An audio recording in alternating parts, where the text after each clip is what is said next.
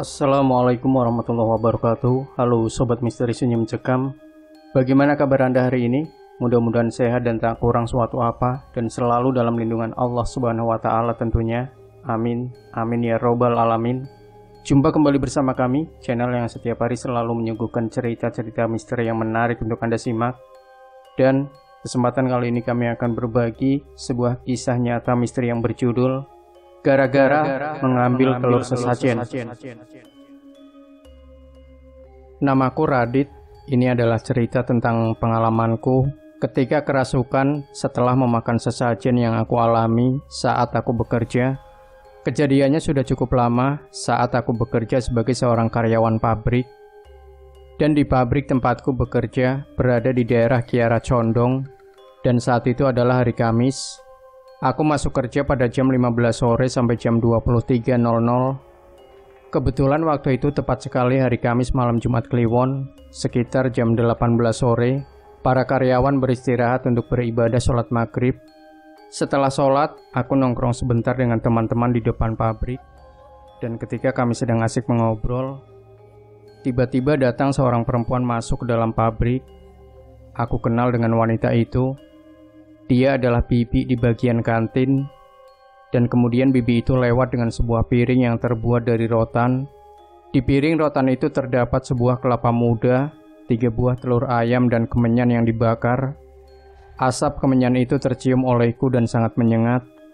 Jelas sekali bibi kantin itu membawa sepiring sesajen.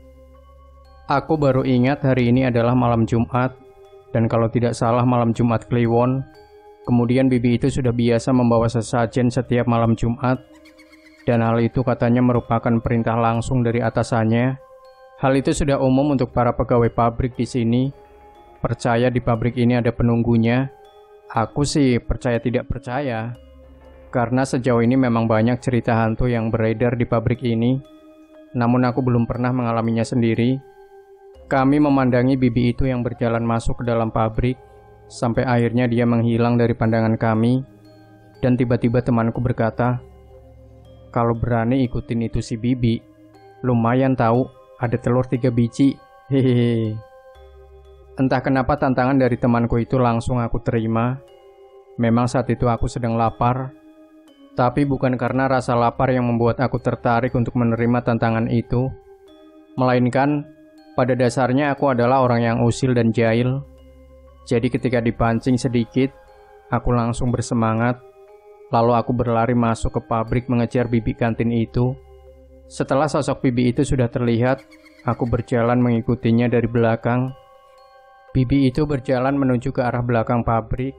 Dia masuk ke sebuah ruangan yang berada di pojok gudang dan bersebelahan dengan kamar mandi. Aku melihat bibi itu masuk sambil komat kamit membaca mantra. Agar tidak ketahuan, aku pun masuk ke kamar mandi di sebelahnya.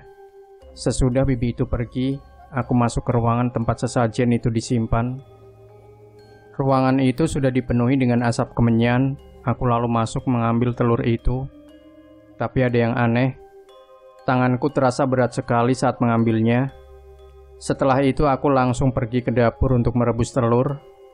Aku lalu keluar pabrik dan menawarkan telur itu kepada teman-temanku. Namun temanku tidak ada yang mau. Mereka hanya tertawa terbahak-bahak. Tanpa pikir panjang aku melahap semua telur itu. Lalu malamnya badanku mulai terasa aneh. Dadaku sesak dan pundak terasa sakit. Kepala pening dan badan menggigil. Tapi aku memaksakan sampai jam kerjaku selesai. Begitu jam kerja selesai, badanku semakin berat. Lalu aku istirahat duduk sebentar. Ketinggalan, ternyata jemputan karyawan sudah tidak ada. Lalu aku pun memutuskan untuk berjalan kaki sampai ke jalan raya. Sesampainya di jalan raya, sudah tidak ada kendaraan umum, dan terpaksa aku memaksakan diri berjalan sampai rumah dengan badan yang tidak karuan ini. Rumahku berada 2 km dari arah pabrik tempatku bekerja. Aku berjalan tanpa berani untuk melihat ke kanan dan kiri. Aku hanya bisa menunduk karena takut. Dan suara burung hantu di sekitar yang menemani perjalananku sampai di rumah. Tiba-tiba pandanganku menangkap sosok bayangan putih di belakang. Aku pun menengok, dan ternyata ada seorang wanita bergaun putih. Dan karena penasaran, aku pun bertanya kepadanya, "Neng, karyawan pabrik juga?" Dan perempuan itu menjawab, "Iya Kang, dari tadi saya sengaja ikutin Akang. Soalnya saya mau nagih 3 telur ayam yang tadi Akang makan." Perempuan itu berbicara sambil mendekatiku. Aku sempat kaget, dan ketika aku lihat ke bawah, ternyata wanita itu kakinya tidak menapak pada tanah. Aku sangat terkejut dan keringat dingin mulai keluar dari badanku. Jantungku berdebar. Tanpa pikir panjang aku langsung berlari sampai ke rumah. Dan sesaat sampai di rumah aku merasa sangat berat. Kepalaku pusing dan rasanya ingin pingsan. Aku membaringkan kepalaku di atas tempat tidur. Namun tiba-tiba saja badanku jadi tidak bisa aku kendalikan. Dan kemudian aku berguling ke kiri dan ke kanan. Sangat tidak masuk akal. Ayah dan ibuku panik bukan main. Mereka langsung memanggil para tetangga untuk membantu menenangkan aku. Lalu mereka berkata kalau badanku dihinggapi oleh penunggu pabrik itu. Dan dia marah besar karena aku mengambil sesajen yang diperuntukkan untuk penghuni pabrik itu.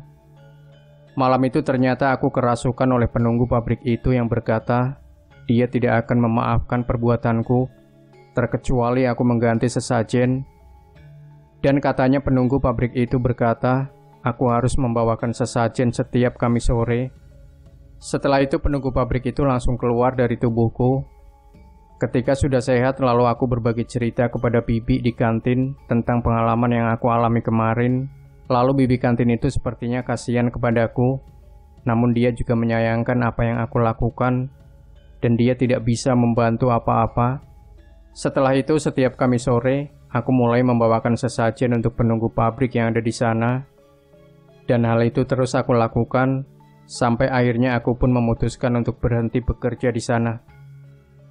Demikian Sobat Misteri Sunyi Mencekam, jangan lupa tinggalkan komentar Anda, like, share video ini, subscribe channel Sunyi Mencekam, dan kembali nantikan cerita-cerita misteri terbaru dari kami. Wassalamualaikum warahmatullahi wabarakatuh.